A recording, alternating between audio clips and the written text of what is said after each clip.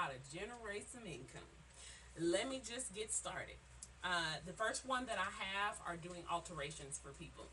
Doing alterations for people is really an awesome, awesome thing. I myself have lots of things that I like to have altered, and I don't always, while I do know how to sew, I don't always have the time to be able to do that. So I am one of the first people to run and take my stuff down to the sewing lady's house or her shop to get my stuff fixed, because I'm not one of those kind of people who, when something is broke, I just throw it away.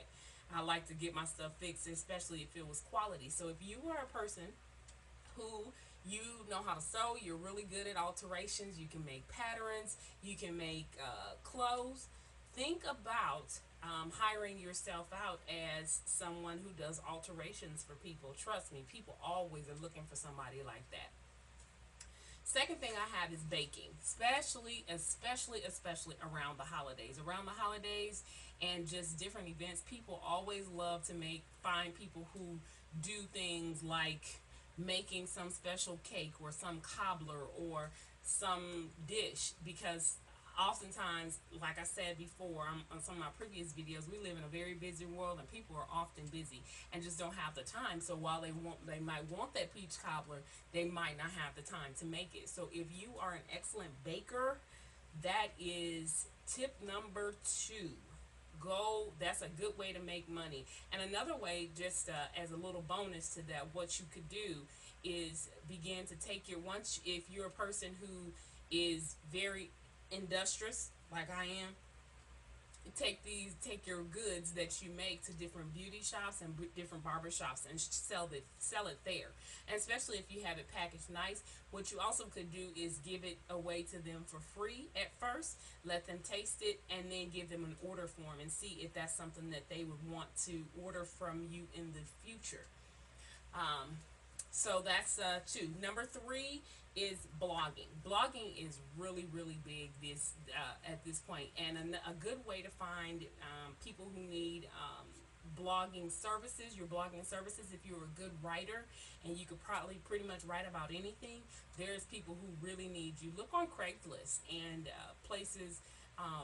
Classified ads and stuff like that, and see if you can find people who are in need of writers, because what happens is a lot of times people have websites, and because of their different other commitments, they can't always, they make the commitment to blog, they want to, and it's something that they want to have, but they don't always have the time, so they're more than willing to hire out someone who writes so many articles for them, like a month, or that kind of thing. So if that's you, look into blogging. Next one that I have is car wash and detailing. If you are that person, I've known many people who have made businesses of detailing cars, and I've seen some really, really enterprising people do this. I mean, I've seen a lot. I don't know if you've seen it, but like the guys who work, I've worked for certain companies, and then they'll be under the building or in the little parking garage, and that's all they do is detail all day. They'll have a crew, either just one person or they have a crew of people who will detail these executives cars, and different people who they know have the money, so they take their business there. That is a excellent idea, and I have known a lot of people who have done that. So if that's you and you're good at detailing cars and getting those things shined up, think about that one. That's a good one. And then my final one for today will be catering. Catering kind of goes along with what I talked about baking, but catering, some people are good bakers and not necessarily good cooks. Other people are good cooks, but they're not necessarily good bakers. Some people are both. If you are on the side where you are Susie homemaker, you can make the best rib dish, the best chicken fettuccine dish, or whatever it is that you make. I would say hire yourself out as a caterer. You can do this for events, or you can also do kind of like what I mentioned earlier about going to the different shops and stuff. You see people taking the different plates, and you see different food trucks and different people taking the food to where the workers and the people who have the money are. So that's just 5 tips that I've given you, 5 things to think about in case you're just wondering, how am I going to make this, or how am I going to get the money for this. That's just 5 tips. And actually, you know what, I'm going to give you a bonus one. The bonus tip is, if you are a good cleaner, you can clean like nobody's business.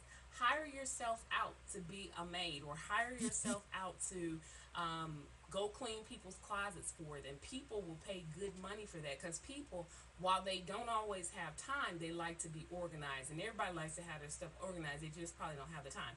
If that's something that you're really, really good at, think about doing that.